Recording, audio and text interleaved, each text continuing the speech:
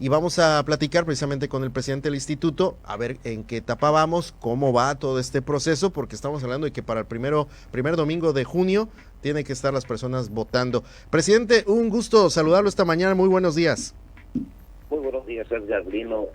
Primero que nada, pues, feliz año. Igualmente. Y pues agradezco la invitación aquí, atento a saludos, radio escuchas. Gracias, presidente. Y hablando en referencia a esto, ¿no? Ya se autorizó, se aprobó en diciembre lo que es estas reformas al Poder Judicial y ya le dan ahora sí el tema al Instituto Estatal Electoral para la organización de esta elección. ¿En qué etapa vamos, presidente? Y sobre todo por esto que menciono, ¿no? Ya para el primer domingo de junio, pues se tendrán que quedar ya listas casillas, boletas y demás. ¿En qué etapa vamos en estos momentos? Fíjate que en septiembre del año pasado se hizo la reforma constitucional federal y de eso deriva que el 30 de diciembre del año pasado se haya aprobado la reforma constitucional en el estado. Ahorita estamos en la etapa de la modificación a la ley de instituciones electorales en Sonora, que es la ley que regula el procedimiento para la elección de personas juzgadoras. Entonces, en esa etapa estamos, está en el Congreso. Hubo un parlamento el día 8 de enero sobre la reforma de la ley electoral y de parte del instituto, pues acatando lo que aprobó la reforma constitucional del estado de Sonora, el día 1 de enero sesionamos para dar inicio al proceso electoral del Poder Judicial y ahorita estamos en espera nosotros de que se apruebe la ley electoral local, que es la que nos fija plazos, procedimientos para este proceso electoral, para que podamos nosotros continuar, pero ello no implica que nosotros no estemos avanzando. Ya tenemos varios meses trabajando en este proceso electoral, en la planeación, en la preparación del gasto. Y presidente, hablando en referencia, digo, comparado con los procesos que ya estamos habituados nosotros como ciudadanos y también los órganos electorales a participar y a acompañarlos en los mismos, ¿qué diferencias tendrá? Obviamente faltan algunas cosas que faltan aprobarse en el Congreso y sobre todo la expectativa que se tiene para ese primer domingo del mes de junio. Es un proceso electoral histórico, distinto. No hay participación, por ejemplo, de partidos políticos. En este caso, el financiamiento público ni privado no existe para los candidatos y las candidatas. Pero se trata de una elección en donde hay un voto universal de las personas para elegir a unos cargos públicos. En este caso se trata de 4 elecciones y así lo vamos a dividir. Hay una elección de 4 personas para el Supremo Tribunal de Justicia de Sonora, 5 personas que van a ser las del Tribunal de Justicia y Disciplina Judicial, y hay 4 cargos, en magistraturas de circuito en el estado. Y por último, la mitad de los jueces y juezas que hay en el estado. Entonces sería una elección en donde iríamos con 4 boletas, por ejemplo, en donde nosotros esperamos una participación pues mayor a la del proceso pasado, que fue el 51%, y pues ahora sí que lo que nos toca al instituto es la parte operativa.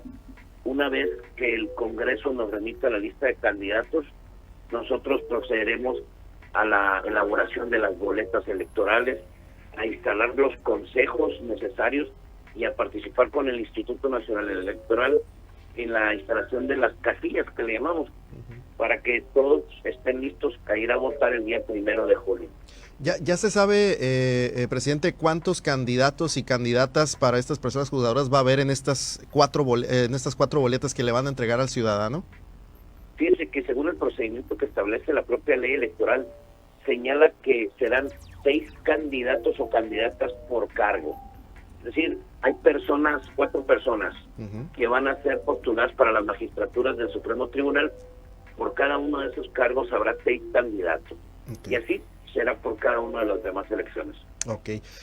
Hablando en referencia a, ahorita hacíamos el tema, ¿no? Y le damos a conocer a la ciudadanía esta reunión que tuvo la presidenta del INE, Guadalupe Tadei, allá en Ciudad de México con la presidenta Claudia Sheinbaum, exponiendo las necesidades de un incremento en el presupuesto, derivado obviamente de las necesidades que hay para garantizar boletas, para garantizar urnas, para garantizar todo lo que es este proceso a nivel federal.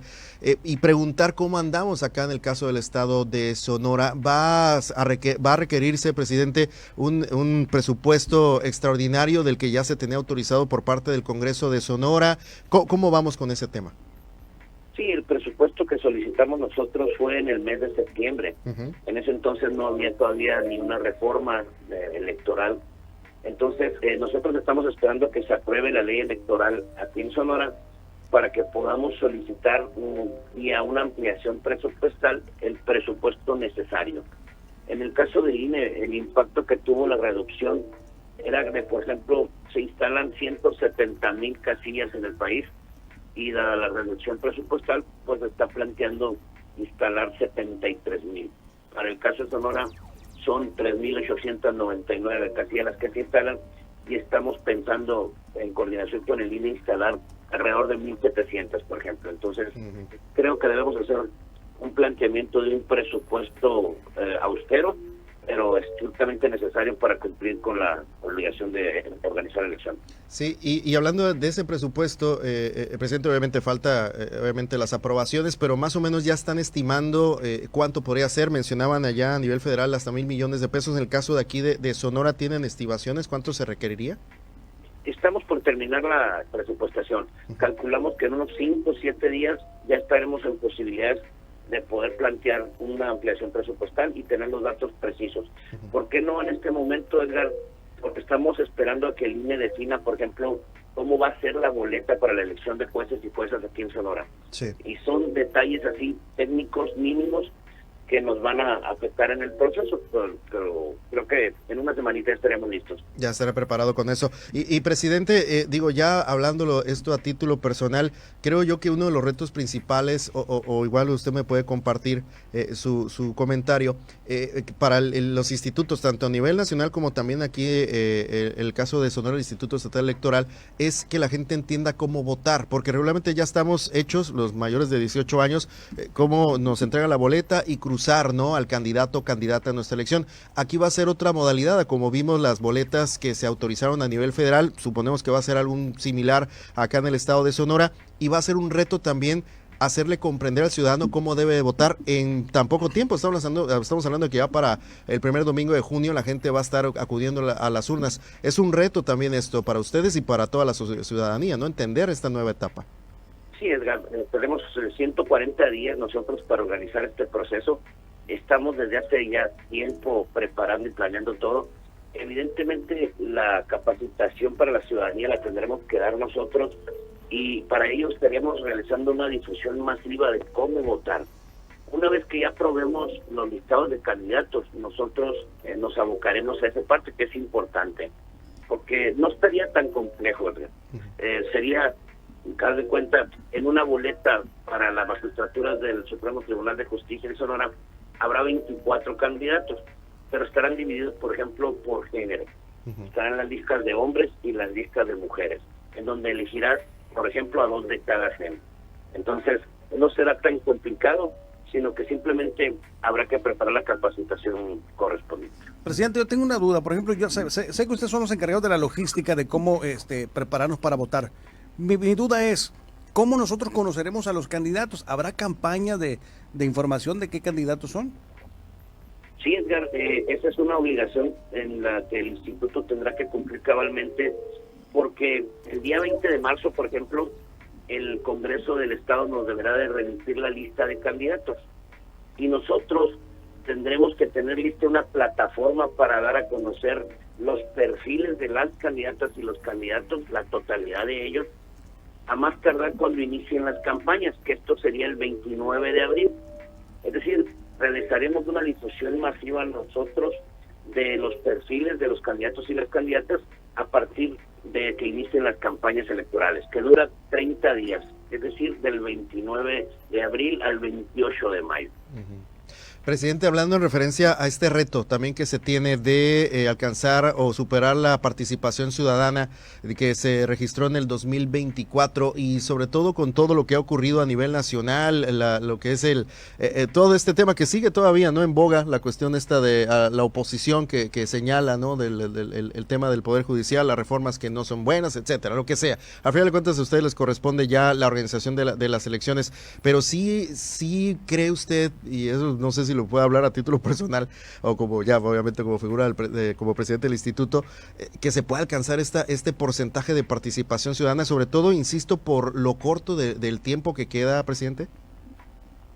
Es una obligación que tenemos nosotros y viene en la propia reforma de la ley electoral, Sí. que debemos de realizar la promoción y la difusión de la participación ciudadana.